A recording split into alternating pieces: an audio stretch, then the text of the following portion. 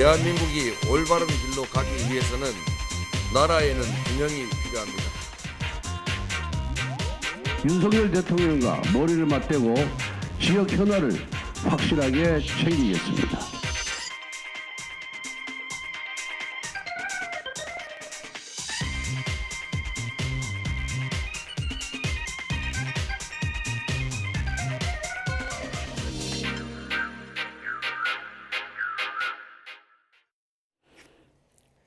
이틀 앞으로 다가온 전국 동시 지방선거. 선거 결과에 따라 20여일 전 출범한 윤석열 정부가 국정 운영 동력을 얻을 것인지 아니면 거대 야당의 정권 견제 기능이 더 커질 것인지 관전 포인트죠. 6일 지방선거 마지막 변수들 지금부터 전문가 두 분과 짚어보겠습니다. 김영준 명지대 교수, 배종찬 인사이트 K 연구소장 두 분 모셨습니다. 어서 오십시오. 안녕하십니까. 안녕하십니까. 자, 지방선거 사전투표율 이틀 동안 진행된 결과치를 보면 20.62%입니다. 사전투표는 조금씩 정착돼가는 모습이긴 한데요. 본투표까지 이 사전투표 열기가 이번에도 이어질까 관심입니다. 본투표까지 투표율 전망 어떻게 하고 계십니까? 실제로 사전투표율과 본투표율 간의 상관관계를 보면은 그렇게 높지 않다라는 게 정설이에요. 다시 얘기해서 분산투표라는 것이 오히려 맞는 게 아닌가. 특히 이제 코로나 시대에는요. 지난 2017년 대통령 선거 당시에요. 사전투표율이 26.1%였는데요. 2022년도 대통령 선거 때 사전투표 무려 36.9%였거든요. 10%포인트도 높았는데 실제 투표율은 0.1% 떨어졌어요. 그러니까 이제 그게 막 본투표 때 사람들이 모이는 것을 피하기 위해서 한 게 아니냐라고 하는 거가 나왔는데요. 이제는 상당히 나름대로 이제 진정된 국면이 있기 때문에 일단 사전투표가 그렇게 지난 2018년보다는 2018년 때는 아마 기억이 나실 거예요. 평창올림픽 이후에 남북정상회담도 있었고 그리고 북미정상회담에서까지 굉장히 고조가 높았었거든요. 그렇죠. 그때 60.2%의 투표율을 보였는데요. 실은 사전투표가 나름대로 역할을 한 게 아니야. 왜냐하면 이전보다 플러스 3.4%포인트를 끌어올렸기 때문에 그거와 비교해 맞춘다면 한 2, 3% 투표의 상승을 가져오는 게 아니냐라고 조심스럽게 전망해 봅니다. 아, 그렇군요. 배종찬 소장님은 이번에 본투표율까지 해서 네. 최종 투표를 얼마나 예상을 하시는지요? 60% 안팎 정도 될 것으로 예상을 하고 있고요. 2020년하고 좀 비슷할 것이다 이렇게 보시는 거예요. 2020년은 이제 총선이었으니까 2018년 2018년하고 지방선거. 네, 그때보다는 조금 더 상회하지 않겠느냐 이렇게 예상을 하는데 대체로 이제 투표율이 높아지려면은 앞서 이제 김영준 교수님 말씀하셨습니다는 2017년 대선 때 투표율이 높았던 것은 분노거든요. 그러니까 선거는 역시 앵그리버드가 작동될 때 투표율이 높아요. 그럴 때 이제 관심과 대결 구도, 그다음에 앵그리버드, 분노까지 세 가지가 이제 합해지면 높은데 이번 선거는 그렇지는 않거든요. 약간 필요해요. 대선 직후에 있는 지방선거다 보니까. 그래서 지난 4년 전의 지방선거보다는 아주 높을 수는 없겠지만 그래도 그때와 비슷한 조금은 더 올라간. 왜냐하면 본선거율도 아직까지 그래서 이번 지방선거를 보면은 뭔가 좀 금방 불씨가 지금 피어나지 않잖아요. 관심이 없고 할 만하면 바이든이 오고 또 할 만하면 또 깐느가 나오고 이러니까 그래서 조금 저는 사전투표 이후에 빅데이터로 보면서 분석을 해보면 사전투표를 기점으로 해서 조금씩 더 관심이 모아지거든요. 뒤늦게 관심이죠. 그래서 본선거일 날 투표를 좀 많이 할 가능성도 있을 것으로 보입니다. 네, 2018년 지방선거보다 높을지 낮을지 좀 관전 포인트로 지켜보도록 하고요. 자, 보궐선거가 치러지는 곳들의 투표율을 봤을 때 인천 계양을이 24.94%. 네. 이 보궐선거 치러진 7개 적 평균보다 높거든요. 그렇죠. 이거는 이재명 후보를 사수하자 이런 표일까요? 심판하자 이런 표일까요? 여야가 지금 총 직결하고 있기 때문에 양쪽이 다 직결하고 있기 있다. 때문에 저는 이게 비슷한 선거가 언제 있었냐면요. 96년도 4월 총선에서 부천이라는 데서 아마 잘 기억이 가능하실 거예요. 당시에 신한국당 후보는 김문수 그리고 야당은 박지원 후보였었어요. 정말 사활을 걸고 투표가 이루어졌거든요. 네. 비슷한 시기죠. 지금 이제 이 부분에 이재명 후보가 나오면서 지금 이준석 대표도 여기에 올인하고 있는 거고 있고 안철수 지금 후보가 원정 가서 후보 운동을 할 정도로 그러니까 아마 예. 처음 직결되니까 당연히 열기도 고조될 수밖에 없고 이러다 보면 사전 투표율이 높아질 수밖에 없는 거. 대구 같은 경우 사전 투표가 제일 낮거든요. 그러니까요. 왜냐하면 이렇게 관심도가 이렇게 높지 않기 때문에 네. 여기는 뭐 진짜 초박빙이라는 선거 결과도 있었고 격전지기 때문에 예. 당연히 뭐 사전 투표율이 높을 수밖에 없죠. 양쪽에서 다 결집한 네네. 결과치다 이렇게 보시는 건데요. 자, 여야 모두 지금 막판 지지층 결집이 중요한 이런 상황인데요. 박지원 위원장의 대국민 사과 이후에 불거진 민주당 내홍 상황. 자, 어렵사리 봉합된 듯 보입니다. 자, 오늘 오전에 있었던 이재명 후보와 박지원, 윤호중 두 위원장의 공동 회견 장면 잠시 보고 오시겠습니다. 선거가 끝나면 윤석열 정권의 오만과 불통은 더 가속화될 것입니다. 군사독재 정권을 넘어서는 정적 죽이기, 야당 탄압이 노골화될 것입니다. 민주당에게 국민 여러분이 삶을 지키고 대한민국을 바로 세울 기회를 주시기 바랍니다. 더 단결하고 더 혁신하겠습니다. 상세한 타임라인은 지선이 끝난 직후부터 보다 이제 좀 자세하게 촘촘하게 논의될 수 있을 것이라고 생각하고 있습니다. 이 민주주의 내에서 다양한 의견이 오가는 것이 저는 보다 건강한 민주주의라고 생각을 합니다. 이거는 이제 갈등이라기보단 그 민주주의로 이제 나아가는 그런 진통을 겪었다고 이해해 주시면 감사하겠습니다. 네.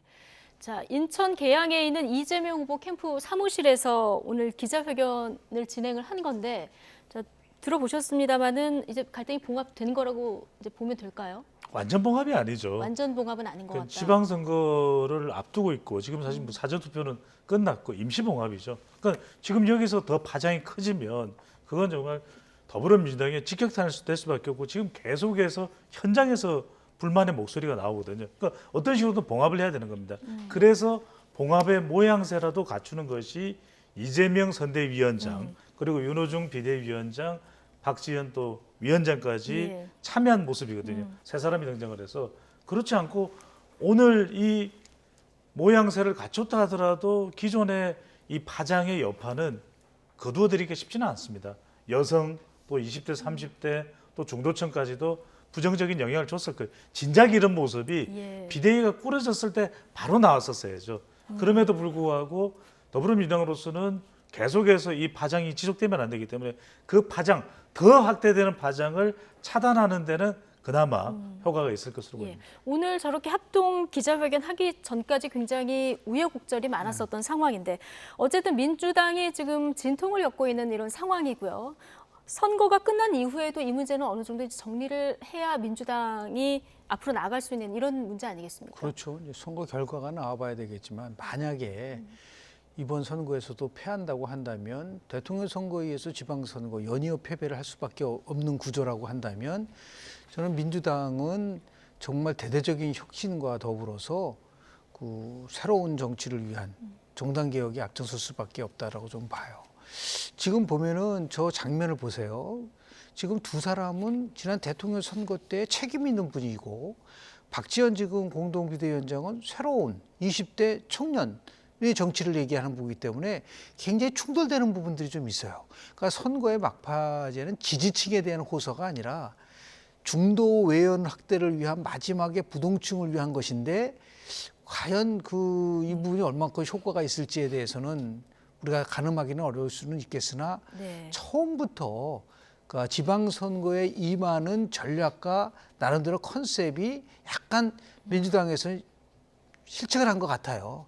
철저한 대선에서의 반성과 성찰을 중심으로 해서 끌고 갔었어야 되는데 그런 부분들이 조금 아쉬운 바람에 그나마 그래도 박지원 비대위원장이 그 부분에 대해서 문제 제기를 한 것은 나름대로 의미가 있는 게 아닌가라는 생각을 좀 합니다. 예. 선거 직전에 어쨌든 저렇게 봉합되는 모습을 국민들한테 보여줬고요. 인천 계양을이라는 상징적인 장소에서 오늘 이런 기자회견을 네. 했습니다. 자, 경기도지사 선거 결과도 굉장히 관심인데 오늘 김동연 후보는 뭐 양평을 포함해서 경기 남동부 지역 유세를 쭉 다닌다고 하고요. 네. 김은혜 후보 같은 경우는 오세훈 서울시장하고 합동 유세하면서 좀 눈물도 보이고 그랬는데 이 지금 국민의힘 같은 경우는 합동 유세를 좀 많이 하고 있고요. 김동연 후보 같은 경우는 혼자서 그 인물론을 좀 부각하면서 선거전을 치르고 있는 이런 모양새인데 어떻게 보고 계십니까? 왜 그럴까요? 그러니까 국민의힘 경우에는 합동 유세를 하는 이유가 구도에서 유리한 겁니다. 예. 그러니까 국정 안정이냐 정권 견제냐 보면은 국정 안정에 힘이 실려 있거든요. 대통령 지지율도 이따가 이제 소개를 해드리겠습니다.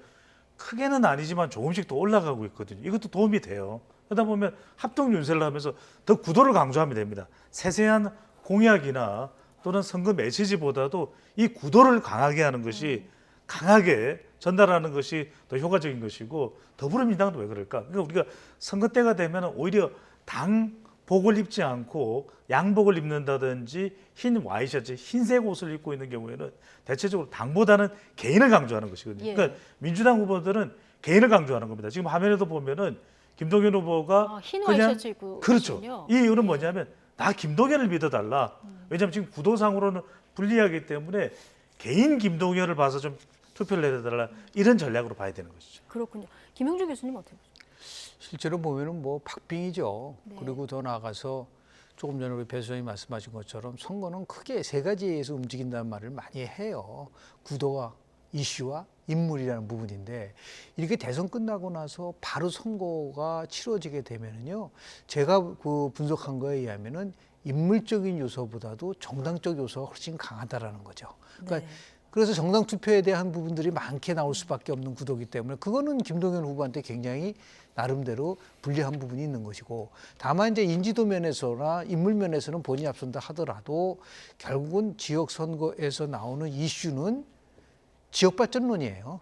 그러니까 이제 국정 안정론이라는 것도 있지만 정부 견제로는 먹기가 네. 어려운 구조가 출범한 지 지금 22일밖에 안 됐는데 뭐 견제하고 심판하는 그런 기능이 작동되기는 어려운 부분들. 또 나가서 지금 예를 들어서 김동연 후보는 불리한 게 뭐냐면 오히려 이재명 후보가 경기도를 같이 돌면서 지난 2018년도에는 31곳에 기초단체제가 29곳을 이겼거든요. 압도적으로 조직이 지금 강한데 그런 면에서 보면은 조금 이제 김동연 후보의 홀로서기가 좀 어떻게 쥐어들지 관심을 끌 부분도 예. 있는데 여하튼 전반적인 추세는 그나마 경기도가 민주당이 앞섰던 지역이었었는데 이게 아주 초박빙으로 가고 있는 게 아닌가라고 이제 조심스럽게 전망해 봅니다. 예, 선거 결과가 가장 주목되는 것 중에 하나고요. 지금 지역 발전론 말씀하셨는데 지방선거 막바지에 갑자기 뜨거워진 이슈가 하나 있죠. 김포공항 이전 문제입니다. 자, 뜨거운 감자가 된 이재명 후보의 김포공항 이전 공약 관련한 정치권의 갑론을박, 먼저 박서gun 앵커가 정리해드립니다. 네, 지방선거를 며칠 앞두고 이재명 총괄선대위원장과 송영길 후보 등이 함께 내놓은 김포공항 이전 공약이 막판 변수로 떠올랐습니다. 먼저 이재명 위원장이 띄운 김포공항 이슈 직접 들어보시죠. 김포공항은 기능을 분산하고 또 필요한 부분은 인천공항에 통합하되 김포공항은 이전을 해서 이 김포공항을 중심으로 인천 계양, 그리고 경기도 김포, 서울의 강서 이 세 기초 지방정부 일원을 새롭게 수도권 서부 대개발을 할 수 있게 해야 합니다. 네, 이재명 위원장의 김포공항 이전 발표 이후 국민의힘은 바로 총공세 모드에 들어갔습니다. 지방선거 공약은 지역별로 복잡한 이해관계가 있기 때문에 중앙당에서 합리적으로 조율해야 하는데 일부 후보들이 무리수를 던진다고 비판에 나선 건데요. 선봉에 선 국민의힘 이준석 대표가 포문을 열었습니다. 직접 들어보시죠. 선거 막바지를 앞두고 야당이 두서없는 공약 투척을 이제 지속하고 있습니다. 최근에 이슈가 되었던 김포공항 이전 관련 공약은 민주당의 콩가루 정체성 그 자체를 지금 보여주고 있습니다. 특히 국민의힘은 김포공항 이전으로 수도권 시민들이 인천공항을 이용하게 될 경우 접근성 문제 등으로 제주도 관광업계가 피해를 볼 것이라며 공세의 고삐를 바짝 쥐고 있는데요. 제주 민심에 역풍이 불 수 있다는 우려가 제기되자 심지어 민주당 내부에서도 볼멘 소리가 나오고 있습니다. 특히 이번 지방선거 주자로 나선 오영훈 제주지사 후보를 비롯해 제주 지역 의원 등은 합동 기자회견을 열고 김포공항 이전 문제에 반대 의견을 명확히 하기도 했는데요. 이렇게 상황이 일파만파 커지자 당 지도부도 조심스러운 모습을 보이고 있습니다. 직접 보시죠. 김포공항 문제는 우리 중앙당의 공약은 아니고 지금 그 지역에 출마하고 있는 후보들의 공약인 것으로 알고 있습니다. 우리 당 이 후보들 간에 지역에 따라서 의견 차이가 좀 있다고 하는데 저희는 어떤 이 지역에서 우리 당에 대한 이 지지를 해 주시는가를 보고 최종적으로 결정을 할 생각입니다. 중앙당의 공식 입장이 아니라고 선을 그었지만 국민의힘의 공세는 가열되고 있습니다. 오세훈 서울시장 후보도 유세 현장에서 이재명, 송영길 후보에 대한 비난 수위를 높였는데요. 직접 들어보겠습니다.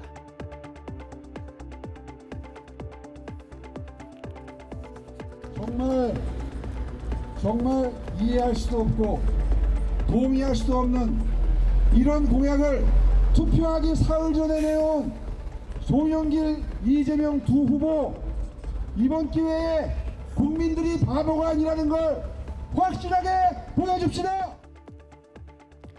네, 오세훈 서울시장 후보의 날선 비판에 대해 오늘 아침 이재명 총괄선대위원장도 반격의 날을 세웠습니다.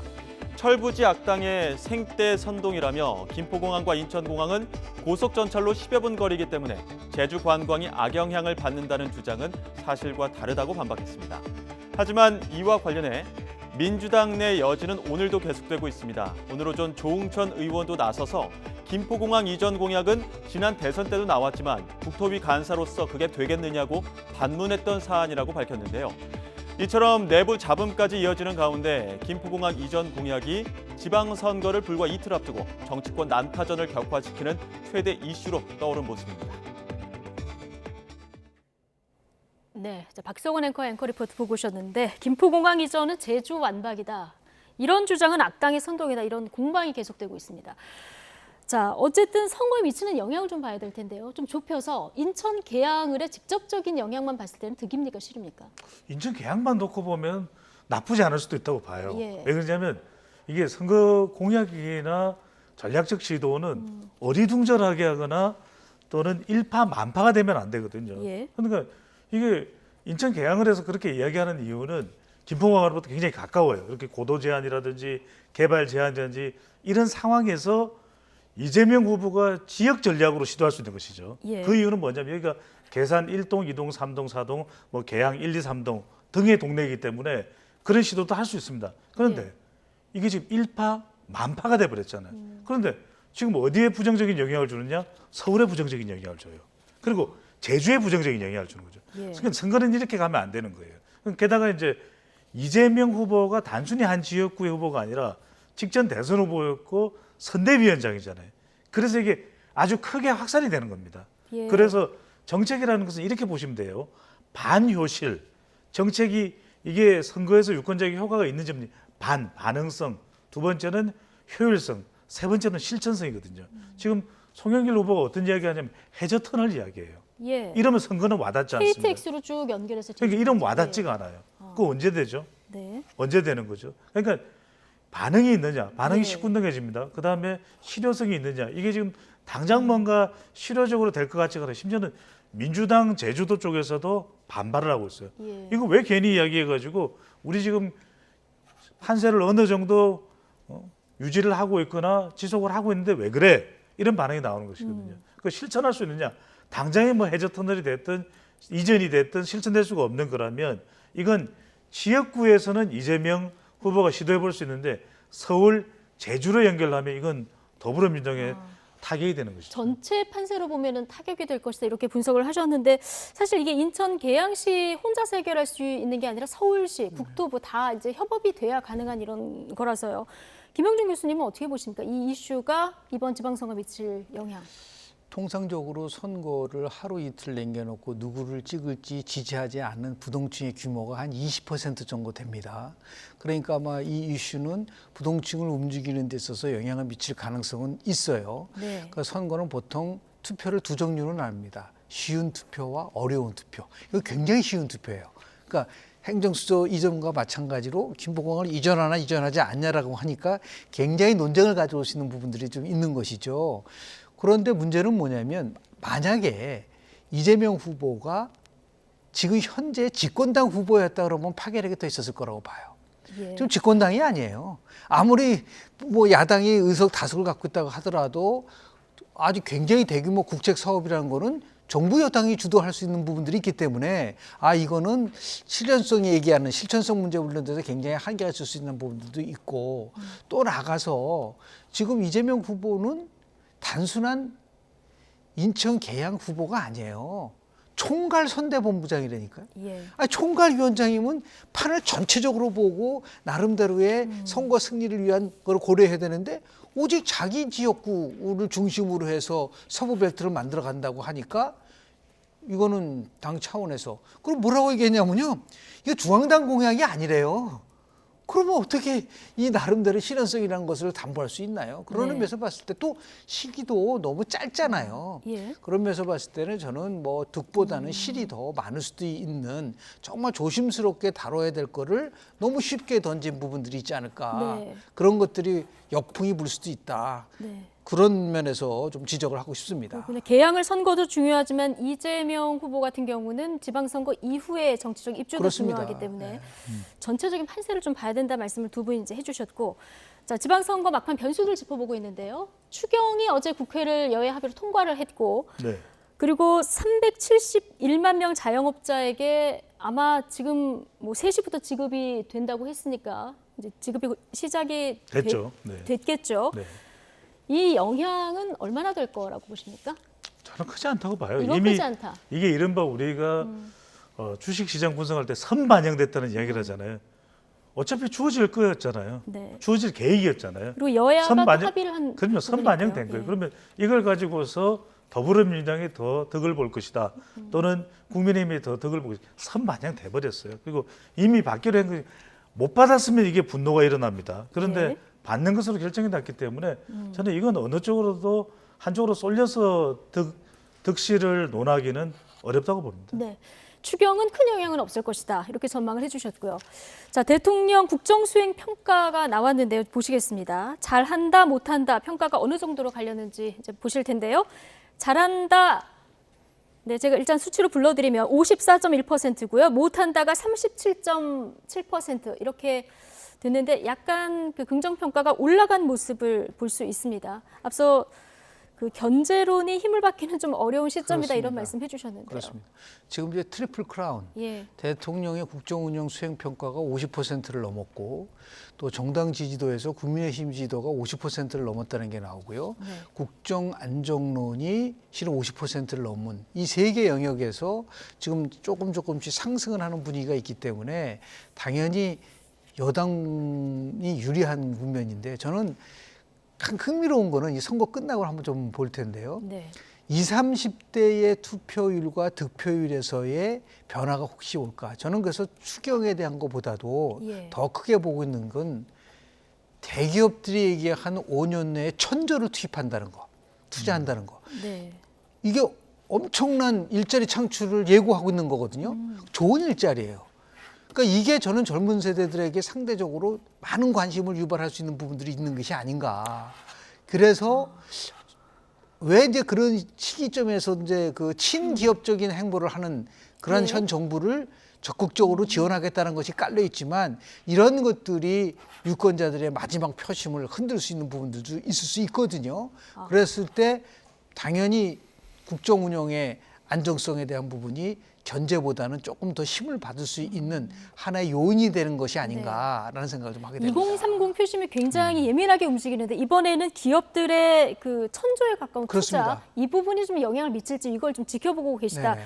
말씀을 해주셨고요. 네, 조금은 저는 예. 교수님과는 차이가 있는 생각이 상당히 또 공감을 하면서도 왜 그러냐면 지방선거라는 특수성이 있잖아요. 그래서 저는 대선 때 같으면 그럴 수가 있는데 MZ세대가 일단은 지방선거에 투표 적극성은 대선만큼은 아니다. 네. 그리고 또 하나는 이전에도 청년들을 위해서 뭐 200만 원 공급하겠다. 손에 와닿지가 않아요. 그러니까 물론 긍정적인 뉴스임에는 분명합니다만 그것으로 투표 와 하러 나가자. 그것도 상당히 그것을 기준으로 해서 투표를 하자. 이렇게 판단하기는 젊은 세대들, 그러니까 이른바 MZ 세대들이 손에 잡히지 않으면 잘 작동하지 않는 그 현상도 저는 있을 것으로 보입니다. 예. 자, 이틀 남은 지방선거 여러 가지 변수들 김영준 명재대 교수 그리고 배종찬 인사이트K 연구소장 오늘 두 분과 짚어봤습니다. 고맙습니다. 네.